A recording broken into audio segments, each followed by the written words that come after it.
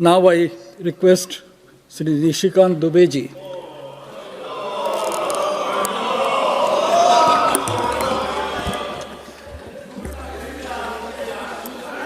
धन्यवाद सभापति महोदय। मैं इस देश के प्रधानमंत्री और माननीय वित्त मंत्री का आभार व्यक्त करता हूं कि उन्होंने इस चुनावी साल में भी अपने आप को कंट्रोल करके देश की एक कैसी दशा होनी चाहिए, दिशा होनी चाहिए, पॉलिसी होनी चाहिए, नीति होनी चाहिए और उस नीति को संपादित करने के लिए किस तरह की इच्छा शक्ति होनी चाहिए, उस बजट को लेकर आए हैं। मैं अपनी पार्टी की तरफ से उन दोनों को बधाई देता हूं। सर बशीर बद्र ने एक बड़ी अच्छी शायरी कही कि जिस दिन से चला हूं मेरी मंजिल पर नजर है, आंखों ने कभी मील का पत्थर नहीं देखा। माननीय प्रधानमंत्री जी जिस दिन से इस देश के प्रधानमंत्री बने हैं, उनका फोकस लिमिटेड है। सर लिमिटेड क्या है कि एक तरफ वो जन्मदाता को देख रहे हैं और एक तरफ वो अन्नदाता को देख रहे हैं। जो जन्म देने वाली माँ है उसके लिए क्या पॉलिसी होनी चाहिए और जो हम लोगों को भोजन देने वाला किसान है, अन्नदाता है, उसकी क्या पॉलिसी होनी चाहिए। एक तरफ वो भविष्य निर्माता को देख रहे हैं जो हमारा यूथ है, जिसपे कि पूरा का पूरा भविष्य टिका हुआ है, और एक तरफ करदाता हैं जो कि इंफ्रास्ट्रक्चर के माध्यम से, एम्प्लॉयमेंट के माध्यम से, विकास के माध्यम से इस देश की दशा और दिशा को नियंत्रित कर सकते हैं। सर मैं अभी कांग्रेस के अपने सदस्य को सुन रहा था। इस देश में हुआ क्या सर, काफ़ी यहाँ वो आपने ये कर दिया, आपकी पॉलिसी कॉरपोरेट है, आप गरीबों के लिए नहीं देखते, क्योंकि उनके पास दो कहावत है सर कि अपने दिल से जानिए पराए दिल का हाल, और दूसरा एक कहावत है कि बुरा जो देखन मैं चला बुरा न मिलिया कोई, जो दिल खोजा आपना मुझसे बुरा न कोई। ये 75-77 साल की जो ये देश की जर्नी है सर, उसमें तो 10 साल ही माननीय प्रधानमंत्री जी हैं ना। 57 साल 60 साल आप यदि कहते हैं कि गरीबी नीचे गई, गरीब नीचे जा रहे हैं, एम्प्लॉयमेंट नहीं मिल रहा है, लोगों का विकास नहीं हो रहा है, इंफ्रास्ट्रक्चर नहीं हो रहा है, तो कभी आपने देखा है अपने तरफ कि इन सारे पॉलिसी के प्रति जिम्मेवार कौन है? यह देश कहां से आगे बढ़ा सर? आप यह समझें कि जब यह देश आजाद हुआ 1947 में, तो क्या पॉलिसी बनाई कांग्रेस ने? लाइसेंस परमिट कोटा राज। 1947 से लेके मोर और लेस 1990 तक सर इस देश ने लाइसेंस परमिट कोटा राज देखा। जो कांग्रेस के समर्थक लोग बिजनेसमैन थे, वही कार बना सकते थे, वही स्कूटर बना सकते थे। बिरला जी कार बनाएंगे, बजाज जी स्कूटर बनाएंगे, कोई जी सीमेंट बनाएंगे, कोई जी अखबार चलाएंगे। कभी आपने देश के अन्य लोगों के बारे में सोचा? यह देश लाइसेंस परमिट कोटा राज के बाद 2004 से लेकर 2014 तक, संजोग से उस बीच में मुझे भी संसद बनने का जो है मौका मिल गया, एक लूट राज में चला गया सर। एक तरफ 1947 से लेकर 1990 तक लाइसेंस परमिट कोटा राज, और 2004 से लेकर 2014 तक लूट राज। 2G 4G कोल जी, भाई जी, जीजा जी, जो भी है सर, लूट राज। आज क्या है सर?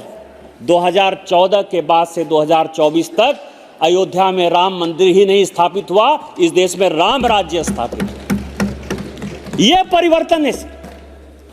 और इस परिवर्तन की मानसिकता क्या है सर? लगातार आज एक पेज का ऐड जो है सभी अखबारों में भरा पड़ा। कांग्रेस के जो हमारे मित्र हैं, उन्होंने चलते चलते उसका रेफरेंस दिया सर, क्योंकि उनको सुनने की कैपेसिटी नहीं है सर। आज एक पेज का कि साउथ का और नॉर्थ का डिवाइड।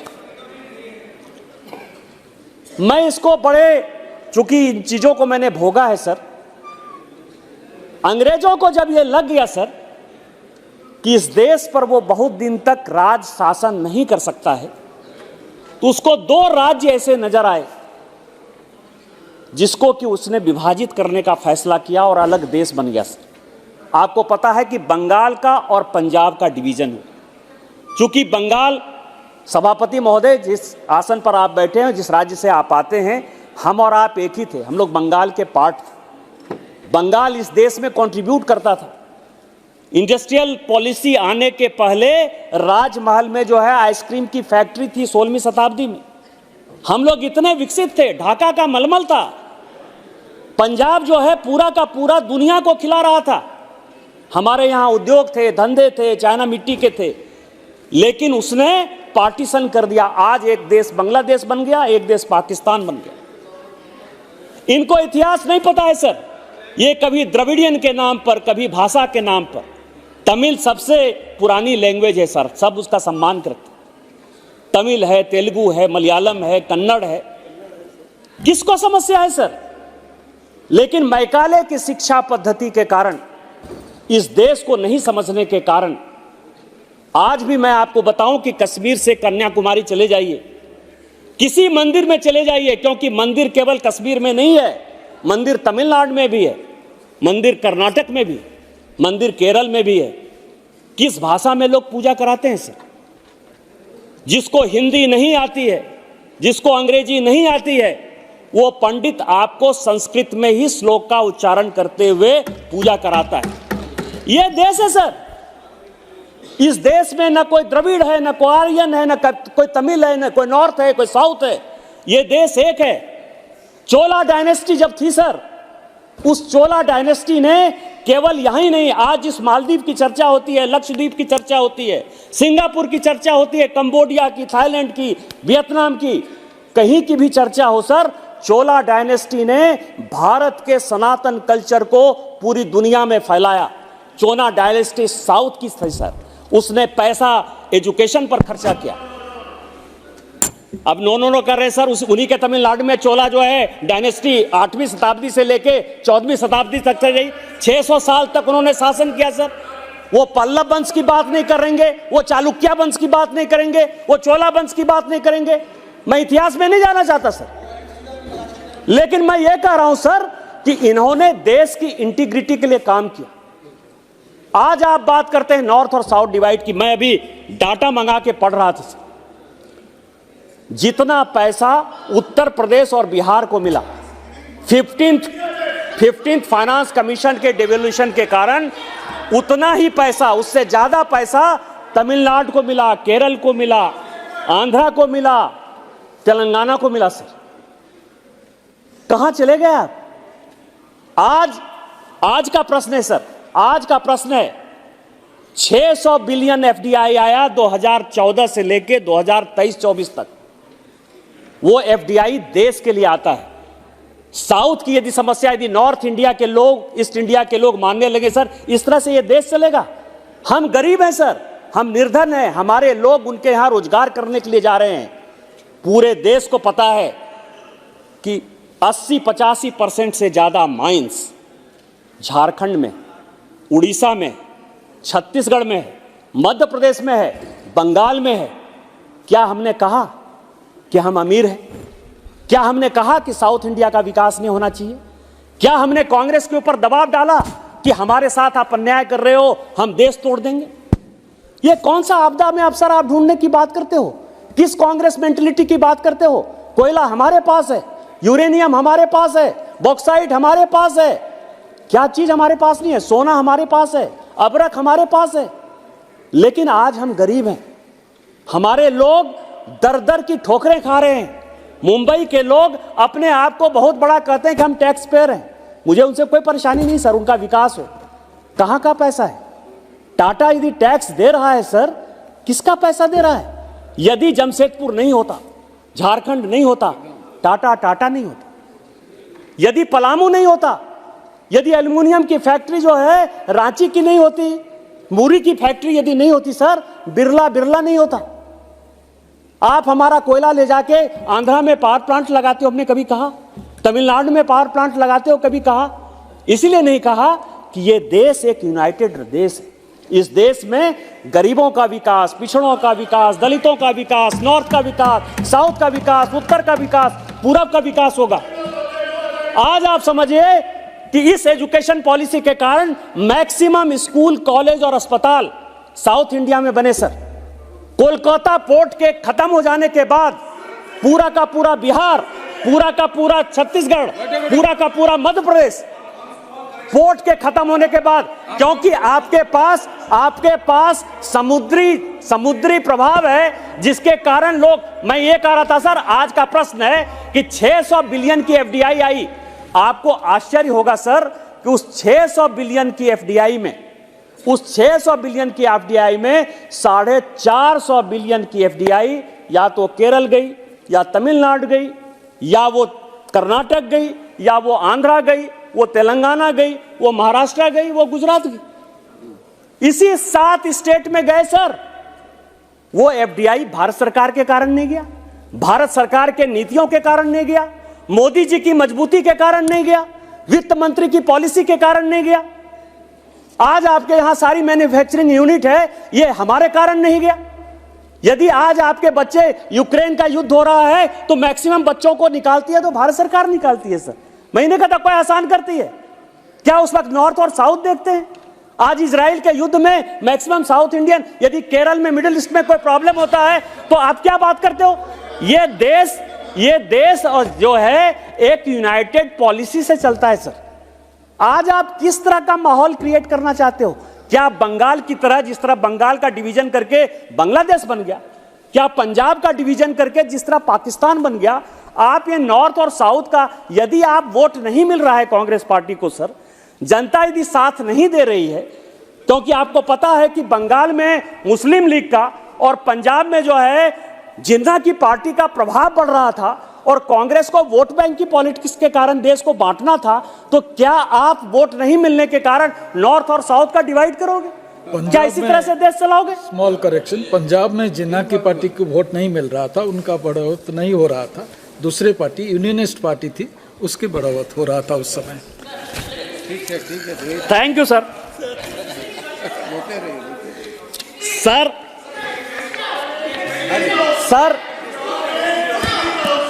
मिस्टर राजा, आई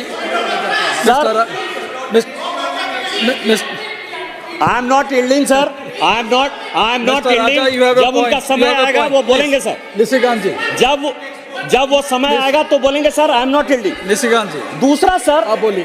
दूसरा सर, प्लीज आप ये समझें, निशिकांत जी, सभापति महोदय, कांग्रेस ने अपनी पार्टी की बर्बादी के साथ, इस बर्बादी के साथ एक झूठ के जुमले का जो है काम स्टार्ट कर दिया सर।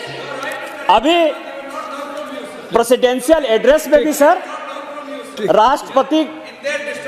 राष्ट्रपति के अभिभाषण के साथ साथ ग्लोबल हंगर इंडेक्स पर जो है बहुत चर्चा हुई सर। ये ग्लोबल हंगर इंडेक्स का जो है ये नमूना है सर कि किस तरह ये बहकावे में आकर देश को गुमराह कर रहे हैं कि 111 नंबर पर हम आ गए। हमने देखा सर कि कौन कौन सी नीतियों के कारण और किस आधार पर ग्लोबल हंगर इंडेक्स बना। आश्चर्य होगा उदासी साहब आपको कि जो कॉलम वर्ल्ड पोल हुआ भारत में, 140 करोड़ का देश है, यह देश को जानने वाला सवाल है सर।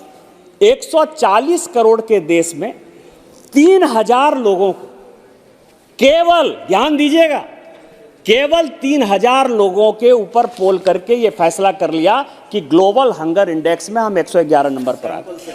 यह सैंपल साइज है सर 140 करोड़ में। जो उन्होंने डाटा लिया सर वो और भी अच्छा है सर। जैसे अभी शशि थरूर जी ने बहुत अच्छी बात कही कि एनएसएसओ का जो है सर्वे नहीं हुआ है, जनसंख्या का सर्वे नहीं हुआ, उन्होंने खुद एक्सेप्ट किया सर।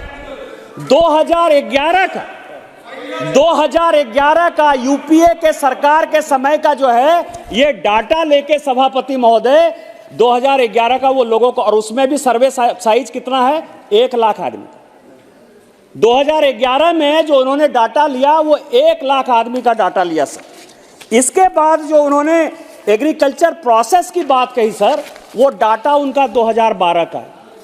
3000 लोगों को फोन कॉल करते हैं, 2011 का डाटा ले लेते हैं 1 लाख लोगों का, और एग्रीकल्चर में जो है 2012 का एक डाटा ले लेते हैं। अरे राम राज्य तो 2014 के बाद आया है। 2014 के बाद यदि आप कहते तो बात समझ में आती। देश को क्यों गुमराह कर रहे हो? और यदि उन्हीं के आधार पर तय किया जाए तो आज ग्लोबल हंगर इंडेक्स में बड़े अथॉरिटी के साथ मैं बोलता हूं कि भारत 48 नंबर पर है। इसके लिए माननीय मोदी जी और वित्त मंत्री दोनों बधाई के पात्र हैं। उनके कारण जो है इस देश में गरीबी घटी। सर, इस बजट की, अभी तक तो मैं बहकावे में था, इस बजट की कुछ बातों को मैं बोलना चाहता हूं। सर सभापति महोदय, इस बजट में एक बड़ी अच्छी बात है जिसमें कहा गया कि एक कमेटी बनेगी जनसंख्या और पॉपुलेशन कंट्रोल के लिए, पॉपुलेशन के लिए और डेमोग्राफिक चेंज के लिए, पॉपुलेशन के लिए और डेमोग्राफिक चेंज के लिए।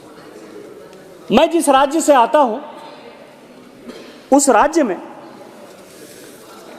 मैं 2009 से चिल्ला रहा हूं कि हमारी पूरी की पूरी डेमोग्राफी बदल गई।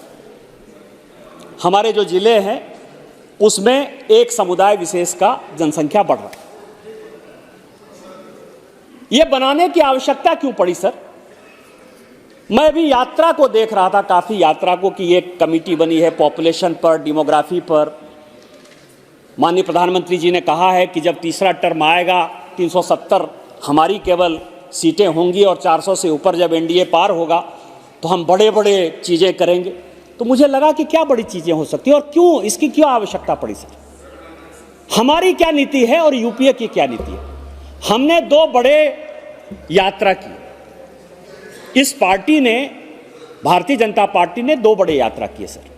एक यात्रा हुआ और दोनों माननीय प्रधानमंत्री जी जिसमें सहभागी रहे, जिसमें प्रभावी रहे और जिन्होंने संकल्प से उस यात्रा को सिद्धि तक पहुंचाया। वो दो यात्रा क्या थी? एक यात्रा थी सोमनाथ से लेके अयोध्या। हमने कहा कि पुनर्जागरण होने की आवश्यकता है, जैसे सोमनाथ बना वैसे ही हम अयोध्या बनाएंगे। एक संकल्प था जिसको कि हमने सिद्धि में पहुंचाया और आज अयोध्या में भगवान राम का मंदिर बन गया। दूसरी यात्रा थी हमारी कन्याकुमारी से कश्मीर, और हमने ये बताया कि कन्याकुमारी से कश्मीर एक है, कश्मीर में धारा 370 है, 35A है। इस देश में दो निशान, दो विधान और दो प्रधान नहीं चलेंगे। हम 370 खत्म करेंगे और दोनों संकल्प को हमने सिद्धि तक पहुंचाया। ये हमारी यात्रा का उद्देश्य था। इनकी यात्रा का क्या उद्देश्य है? आपदा में अवसर ढूंढना सर। आपदा कहीं है तो उसको अवसर में कैसे तब्दील करो। मैं जनसंख्या पर, डेमोग्राफी पर बात कर रहा हूं जो इस बजट का पार्ट है। ध्यान से सुनिए। कोरोना में यदि आपदा आया तो माननीय प्रधानमंत्री जी ने उसमें अवसर ढूंढा। कैसे लोगों को रोजगार मिलेगा, कैसे अस्पताल में ऑक्सीजन के सिलेंडर पहुंचेंगे, कैसे ऑक्सीजन के प्लांट लगेंगे जो 70 साल में आपने नहीं किए। देश को आत्मनिर्भर बनाया। इन्होंने क्या किया? ये मणिपुर से शुरू करते हैं। पूरे देश को यह पता है सर, मणिपुर के हालात बहुत ही खराब हैं। इसके बावजूद भी ये जो टुकड़े टुकड़े गैंग की मानसिकता है इस कांग्रेस की, इसने आपदा में अवसर ढूंढा और मणिपुर से अपनी यात्रा को स्टार्ट किया। और कहां गया? गौरव गोगोई बहुत चिल्ला रहे हैं। आपने यात्रा का रूट क्या बनाया? आपने बरपेटा भेजा, नौगांव भेजा, धुबरी भेजा, हमारे यहां मालदा आया, मुर्शिदाबाद आया, किशनगंज आया, कटिहार आया, पूर्णिया आया, अररिया आया, किशनगंज आया, पाकुड़ आया, साहबगंज आया, गोड्डा आया। ये सब बांग्लादेशी घुसपैठियों का केंद्र है सर। ये सब बांग्लादेशी घुसपैठियों का केंद्र है। ये बांग्लादेशी मुस्लिम वोट के लिए, इसी के लिए ये कमेटी बनाने की आवश्यकता पड़ी सर, कि जनसंख्या को नियंत्रित ही नहीं करना है। ये जो डेमोग्राफी चेंज हो रही है, ये सारे जिले ऐसे हैं सर, एक मंदिर में नहीं गए। उन्होंने भूपेन हजारिका के यहां जाने का तोहमत नहीं उठाया। उन्होंने लाचित जो बड़े स्वतंत्रता सेनानी थे उसके यहां नहीं गए। बंगाल में शंकरदेव के यहां नहीं गए। हमारे यहां बिरसा मुंडा के यहां नहीं गए। लेकिन ये कहां गए? ये बांग्लादेशी मुसलमान कैसे बढ़ेंगे, डेमोग्राफी कैसे होगी और कांग्रेस इस देश को कैसे तोड़ेगी, उसी यात्रा का ये उद्देश्य लेकर गए सर। और इनका मानसिकता क्या है सर? एक सूर्यकांत त्रिपाठी निराला की एक बड़ी अच्छी कविता है सर कि पेट पीठ दोनों मिलकर हैं एक, चल रहा लकुटिया टेक, मुट्ठी भर दाने को भूख मिटाने को। कल का क्या है वीडियो सर? कल का वीडियो इस देश को सोचने समझने और देखने का बात है और कांग्रेस की मानसिकता दिखाता है। इस गांव में, हमारे गांव में, झारखंड के गांव में लोग जो है आज भी इतने गरीबी में जीते हैं कि वो अपने परिवार को यदि पालन पोषण कर लें तो बहुत है सर, कुत्ता नहीं पालते। कुत्ता को बिस्किट देते देते राहुल गांधी ने एक आदमी को कुत्ता वाला बिस्कुट दे दिया सर। क्या यही देश है? क्या यही यात्रा है? ये कल का वीडियो जो है फॉलोअर है सर, क्या यही देश है सर? और इसी कारण से मैंने सर, मैं आपको बताऊं, इस देश में कुत्ते का बड़ा खेल है सर। मैंने एक फिल्म देखी थी, मैंने एक फिल्म देखी थी सभापति महोदय, तेरी मेहरबानियां में सभापति महोदय, वो जैकी श्रॉफ की बड़ी फेमस फिल्म थी सर, कि उसमें जो है कुत्ता अपने मालिक के लिए मर जाता है।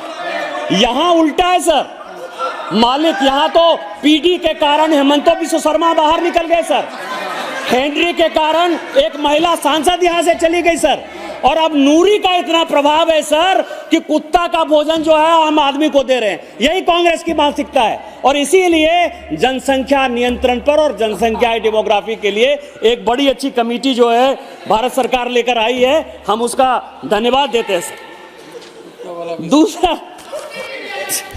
दूसरा सर, मैं आपको बताऊं सभापति महोदय कि एक कितने मेंबर हैं इनके? सुंदरकांड में एक बड़ा अच्छा लाइन है सर, दीन दयाल बिरद संभारी, हरहु नाथ अब संकट वार। और सर बोलिए सर, पॉइंट ऑफ ऑर्डर बोलिए।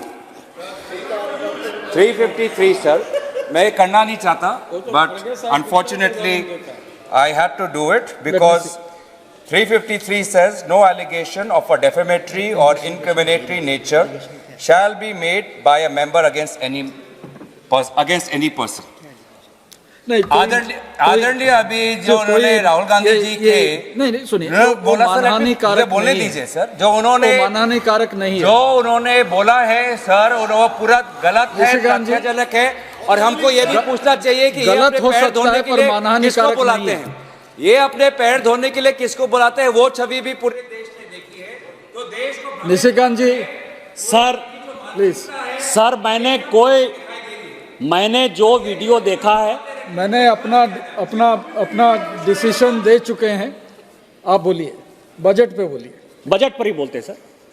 बजट का जो दूसरा विषय है सर, बिस्किट खत्म हो गया कि 11 लाख, जिसके ऊपर की शशि थरूर जी का बड़ा टेंशन था सर, कि इस इंफ्रास्ट्रक्चर डेवलपमेंट के लिए 11 लाख करोड़ से ऊपर जो है भारत सरकार ने बजट पे रखा है। और उसमें 2-3 समस्याएं हैं सर कि जब इनकी सरकार थी, और मैं आईबी की बड़ी एक अच्छी रिपोर्ट लेकर आया हूं सर, कि 2014 और 2024 में क्या फर्क आया। आपको पता है सर कि लगभग हजारों एनजीओ ऐसे हैं, नहीं ये आईबी की रिपोर्ट है सर, आईबी की रिपोर्ट है और पब्लिक डोमेन में सर, कोई सीक्रेट डॉक्यूमेंट लेके नहीं आया हूं। नहीं ये सीक्रेट डॉक्यूमेंट नहीं, गूगल पर ये गूगल पर मौजूद है, पब्लिक डोमेन में है, ये गूगल पर मौजूद है सर। आप ये समझे पब्लिक डोमेन में सर, मैं कोई एक्सक्लूसिव डॉक्यूमेंट नहीं आया, 2014 की रिपोर्ट है, इनकी सरकार थी सर। उसमें ज्वाइंट डायरेक्टर आईबी ने एक बड़ा रोता हुआ जो है एक रिपोर्ट दिया सर, कि इस देश का डेवलपमेंट नहीं हो सकता क्योंकि यहां जितने एफसीआरए लाइसेंस धारक, उनसे बड़ा प्यार है सर इनको। प्यार होने के कारण भी हैं कि न्यूज क्लिक वाला अरेस्ट होता है तो उसके लिए बड़ा कैंपेन कर देते हैं, क्योंकि चाइना का पैसा क्यों आ रहा है, चाइना के साथ कांग्रेस पार्टी अपना एग्रीमेंट साइन कर लेती है सर, इनका है।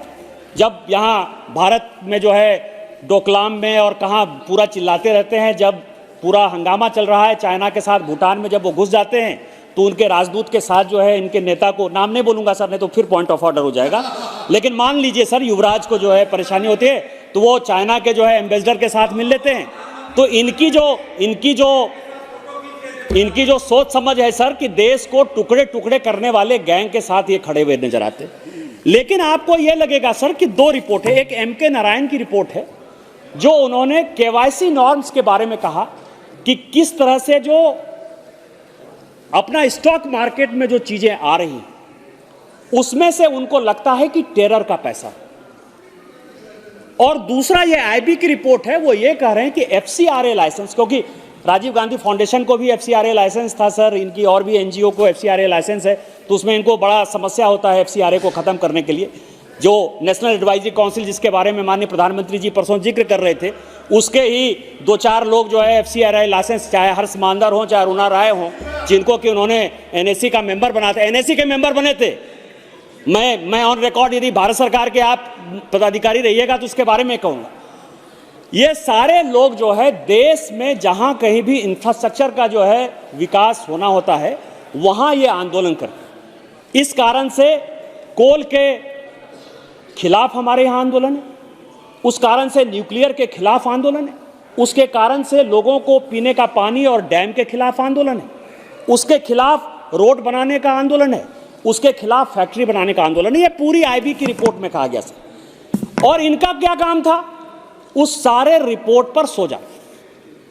माननीय प्रधानमंत्री जी आए और माननीय प्रधानमंत्री जी ने और पूरी भारत सरकार ने एक बड़ा फैसला किया कि ये जितने सो कॉल्ड एनजीओ हैं जो दुनिया में दूसरे देश से, आप ये समझिए कि मेरे यहां लोग मरे या जिए, इस कोरोना के बाद ये पूरे देश को समझने की आवश्यकता है, दुनिया को समझने की आवश्यकता है सभापति महोदय। जब कोरोना में पूरी दुनिया मर रही थी, हम भी मर रहे थे, सभी लोगों ने अपने अपने बॉर्डर को बंद कर दिया। कोई हमारे नागरिक को या हम उसके नागरिक को लेने को तैयार नहीं थे। उनको लगा कि देश बचेगा, देश के नागरिक बचेंगे तभी हम बचेंगे। आज पूरी दुनिया, चाहे अमेरिका हो चाहे ब्रिटेन हो, हमारे लोगों को रोजगार देने के लिए जो है वो वीजा पॉलिसी में बड़ा परिवर्तन कर रहे हैं। और हमको लगता है कि अमेरिका का फंडेड पैसा आ रहा है और हमारे लोगों को बचाने की बात कर रहा है। आप मेधा पाटकर को इतना दिन तक बचाए रखे, बढ़ाए रखे, उसके कारण न गुजरात के लोगों को पानी मिल रहा था, न राजस्थान के लोगों को पानी मिल रहा था, न मध्य प्रदेश के लोगों को पानी मिल रहा था। हमने जब अटल बिहारी वाजपेयी जी ने एक फैसला किया कि इंटरलिंकिंग को रिवर करना है, क्योंकि कई एक जगह ऐसा होता है कि बाढ़ हो जाता है, कई एक जगह सुखाड़ हो जाता है, और यदि दोनों नदियों को यदि हम जोड़ देंगे तो बाढ़ और सुखाड़ दोनों की समस्या से खत्म हो जाएंगे। आप ही के युवराज ने 2014 से 2004 से लेकर 2014 तक कहा कि यह पॉलिसी गलत है। आपके उस वक्त के एनवायरमेंट एंड फॉरेस्ट मिनिस्टर ने कहा, जयराम रमेश ने, और उसी ग्रीन पीस मूवमेंट के आधार पर कहा, जिसको कि डच सरकार पैसा दे रही थी, जिसको यूरोपियन सरकार पैसा दे रही थी। ये सारी इस रिपोर्ट में जिक्र है। आपने इस देश को बेचने का काम किया है। और आज हम जब 11 लाख करोड़ की योजना लेकर आ रहे हैं, लोगों को गरीबी से निकालने की बात कर रहे हैं, 16 लाख करोड़ रुपया पीएम गति शक्ति में देने की बात कर रहे हैं, कोई ऐसा एमपी यहां मौजूद नहीं है जिसको कि 4 लेन का नेशनल हाईवे नहीं मिले। कोई ऐसा आदमी नहीं है जहां की प्रधानमंत्री आवास नहीं गया। कोई ऐसा आदमी नहीं है जहां की हर घर जल नल की काम नहीं चल रहा है। कोई ऐसा एमपी नहीं है जिसके लोगों को आयुष्मान भारत का कार्ड नहीं मिला। यदि हम गरीबों की बात करते हैं तो आपको कुछ नहीं दिखाई देता। आपको लगता है कि नहीं ऐसा ही चलता रहेगा, चीजें ऐसे चलती रहेगी।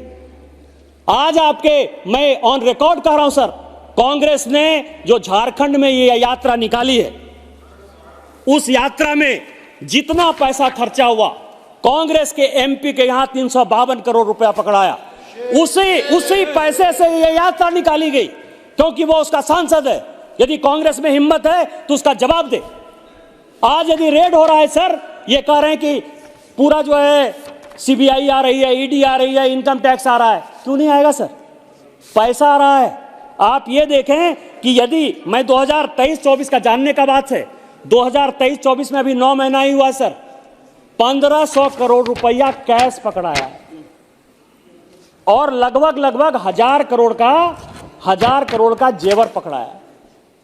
जब पैसा आप रख लीजिए, पैसा पकड़ा है। कोई ऐसा आदमी है जिसका बंगाल के यहां, बंगाल में रेड हुआ, कैश नहीं पकड़ाया? झारखंड में कांग्रेस के एमपी के यहां नहीं पकड़ाया? छत्तीसगढ़ में नहीं पकड़ाया? तेलंगाना में नहीं पकड़ाया, कर्नाटक में नहीं पकड़ाया, कर्नाटक में तो चुनाव के समय मैं मौजूद था। और आप कहेंगे कि उस विकास के लिए हम पैसा लाएंगे तो आप कहेंगे कि सीबीआई, ईडी और इनकम टैक्स आ जाएगा।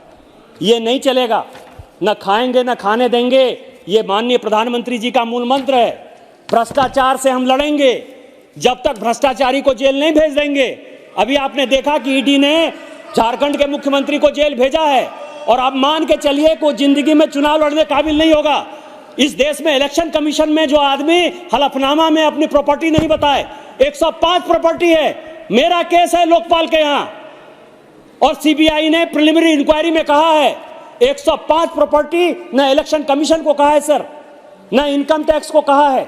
यदि आप चुनाव लड़ने जाते हैं, हम आप सभी चुनाव लड़ने जाते हैं सभापति महोदय, शामिल हो जाएंगे, सारे केसेस भूल जाएंगे और यही हमको आदरणीय मुख्यमंत्री करके बुलाएंगे। सर मेरे ऊपर 42 केस है, मेरे ऊपर, मेरे माँ के ऊपर, मेरे पिताजी के ऊपर, मेरे पत्नी के ऊपर, मेरे भाई के ऊपर, मेरे बेटे के ऊपर। मैं सारे केस लड़कर आया हूं। आपकी तरह मुख्यमंत्री की तरह भगौड़ा नहीं था जो भाग गया। मैं सारे केस को लड़ रहा हूं और ये 105 आप भ्रष्टाचारी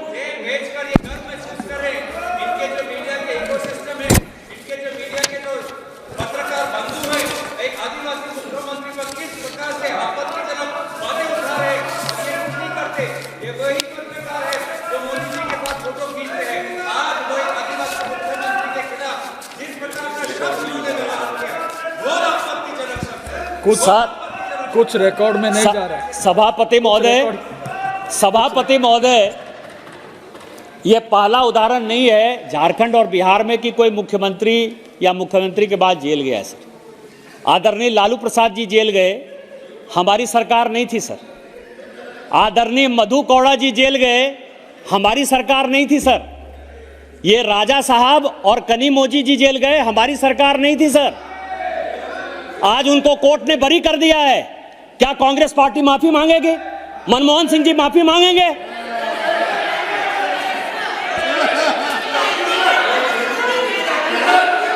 मैं तो कह रहा हूं माफी मांग कि आपको बरी कर दिया कोर्ट में, लेकिन आपको मनमोहन सिंह ने, सोनिया जी ने जेल भेजा। राजा जी आपके करुणानिधि को भ्रष्टाचार में उन्होंने जेल भेजा, हमने नहीं भेजा। हम तो आपके साथ हैं, हमारी सिंपैथी आपके साथ है, लेकिन वो कांग्रेस को देखो, आपकी सरकार को बर्खास्त कर दिया। सर इस बजट में दो और महत्वपूर्ण बात है। मैं अपनी बात जो है छोटी छोटी बात करके जो है, मैंने बहुत समय ले लिया सर। दो बहुत बात है। एक बात है सर कि अध्यात्म से पर्यटन तक ये देश जो है वो सनातन देश है सर। और सनातन देश ये है। 35 मिनट्स हो गए, बस 5-7 मिनट में खत्म करूंगा। केवल दो छोटे छोटे पॉइंट्स हैं। ये देश महत्वपूर्ण है सर। इस देश में अध्यात्म एक बड़ी ताकत है। आज भी लोगों को रोजगार देने का साधन हमारे यहाँ जो रिलीजियस टूरिज्म है, यही सबसे महत्वपूर्ण है सर। लोग मेले में जाते थे, आपको ध्यान हो कि उस वक्त कॉलरा हो जाता था, लेकिन बरसों वर्षों तक इस भारत सरकार ने कांग्रेस के नेतृत्व में मुस्लिम अपीजमेंट के अलावा कभी भी इस देश के जनमानस को टटोलने की या उनके बारे में सोचने की कोशिश नहीं की। आज इस बजट में चाहे अयोध्या में रामलला विराजमान हुए हो, चाहे बनारस में जो है विश्वनाथ कॉरिडोर बना हो, चाहे महाकाल कॉरिडोर बना हो, चाहे इस सरकार ने 29 और सिटीज को डेवलप करने का सवाल किया हो, इससे जो इंफ्रास्ट्रक्चर डेवलप हो रहा है सर, पूरे देश दुनिया के जो लोग आ रहे हैं वो लोगों को रोजगार दे रहा है। ये दशा और दिशा जो है माननीय प्रधानमंत्री जी ने 2014 के बाद एक ऐसा प्रधानमंत्री है सर जिसको कि भगवान के आगे सर नवाने में, झुकने में जो है बहुत फक्र महसूस होता है। एक उसके युवराज हैं, हमारे यहाँ मंदिर में गए सर, वो पटक पटक के जैसे लगता था कि वो पूरा का पूरा चौकी है सर। देवघर मंदिर में पूजा करते हुए देख लेंगे तो मुझे ही शर्म आता है कि क्यों गए। हमको तो भगवान का 2 मिनट का दर्शन हो जाता है तो लगता है कि जीवन धन्य हो गया। ये परिवर्तन है सर सोच का। आप सेकुलरिज्म करते रहिए, मुस्लिम अपीजमेंट करते रहिए, इस देश के लोगों को अध्यात्म में रुचि है और वो पर्यटन जो है आगे बढ़ाता है। इसके लिए हम माननीय प्रधानमंत्री जी के प्रति शुक्रगुजार हैं और भारतीय जनता पार्टी के कार्यकर्ता होने के नाते हमको लगता है कि राम राज्य की परिकल्पना हो रही है। तीसरा अंतिम पॉइंट सर, अंतिम पॉइंट यह है कि इस बजट में एक अंतिम लास्ट, आपको अंग्रेजी आती है, हमको हिंदी आती है, हम हिंदी मीडियम स्कूल में पढ़े, क्या करिएगा, यही फर्क है। आप तमिल में बोलते अच्छा लगता, तेलुगु में बोलते अच्छा लगता, कन्नड़, मराठी, मलयालम में बोलते अच्छा लगता। किसने आपको अंग्रेजी सिखा दिया? अंग्रेजी हमारी भाषा नहीं है। आप देखें कि ब्रिटेन में जो है, ब्रिटेन के लोग यदि जाते हैं पेरिस तो वो जो है फ्रेंच ही बोलते हैं, वो दूसरी भाषा नहीं बोलते हैं, जर्मन ही बोलते हैं लोग। अपनी भाषा पर गर्व होना चाहिए। आप तमिलियन है, तमिल भाषा बोलिए, अंग्रेजी बोलकर आप तमिल हमको समझ में आएगा, नहीं आएगा तो ट्रांसलेशन कर लूंगा मैं। दूसरा सवाल है सर, ये मैकाले की शिक्षा पद्धति के कारण इसीलिए नॉर्थ साउथ डिवाइड है। देश के बारे में नहीं पता है, अध्यात्म के बारे में नहीं पता है, कल्चर के बारे में नहीं पता है, प्रधानमंत्री के बारे में नहीं पता है, मंदिर की इकोनॉमी के बारे में नहीं पता है। अंतिम सवाल सर, अंतिम जो चीज है सर कि मध्यम वर्ग, सबसे यदि लोग नौकरी करने के लिए जाते हैं तो वो अपने किराए के मकान में रहते, वो झुग्गी झोपड़ी में रहते, चौल में रहते, बंबई के कई एक जगह चौल में रहते। और इसके बारे में गरीबों के बारे में सोचा हमने कि 3 करोड़ से 5 करोड़ आवास हो जाएगा, शहरी के लिए हो जाएगा, ग्रामीण के लिए हो जाएगा, जल जीवन मिशन हो जाएगा। लेकिन किसी भी सरकार ने मध्यम वर्ग के उन लोगों के लिए जो कि अपना जीवन शहर में चौल में बिता रहे हैं, झुग्गी झोपड़ी में बिता रहे हैं, जो किराए के मकान में रहते हैं और जीवन भर वो किराए के मकान में रहते हैं, जब बूढ़े हो जाते हैं तो उनके बच्चों की भी शादी नहीं होती क्योंकि उनको लगता है कि इसको रहने के लिए इतने वर्षों के बाद अपना मकान भी नहीं है। उसके लिए माननीय प्रधानमंत्री जी ने इस बजट में एक बड़ा ही लैंडमार्क घोषणा किया है जो बजट के बाद पूरा होगा। और वो जब पूरा हो जाएगा तो सभी लोगों को अपना मकान होगा, कोई किराए के मकान में नहीं होगा, कोई चौल में नहीं होगा, कोई झुग्गी में नहीं होगा। इसके लिए हम माननीय प्रधानमंत्री जी के शुक्रगुजार हैं। और माननीय प्रधानमंत्री जी एक काम जो हमेशा करते हैं, जो ये लोग कभी नहीं करते हैं, कि उनको कभी अहंकार नहीं है। ये लोग तो अपने आप को राजा मानते हैं, हमेशा अहंकार है। वो हमेशा विद्यार्थी की तरह रहते हैं सर। और विद्यार्थी का जो 5 लक्षण है कि काक चेष्टा, बको ध्यानं, स्वान निद्रा तथैव च, अल्पाहारी, गृह त्यागी, विद्यार्थी पंच लक्षणम। उनका काक की तरह चेष्टा है कि इस देश के गरीबों को जो है आगे करना है। बगुले की तरह ध्यान है कि उस योजना को कैसे पूरा करना है। कुत्ते की तरह उनकी नींद है, श्वान की तरह उनकी नींद है, जो किसी भी आहट को सबसे पहले आपदा को पहचानती है। उनका जो है अल्पाहारी, कम खाते हैं सर, और चूंकि घर परिवार नहीं है तो गृह त्यागी हैं। इस 5 लक्षण के कारण हमें गर्व है कि हम भारतीय जनता पार्टी के कार्यकर्ता हैं। मोदी जी हमारे नेता हैं और इस अवसर पर इस बजट को लेकर आए हैं। आपने मुझे वक्त दिया, इन्हीं शब्दों के साथ जय हिंद, जय भारत। धन्यवाद निशिकांत जी।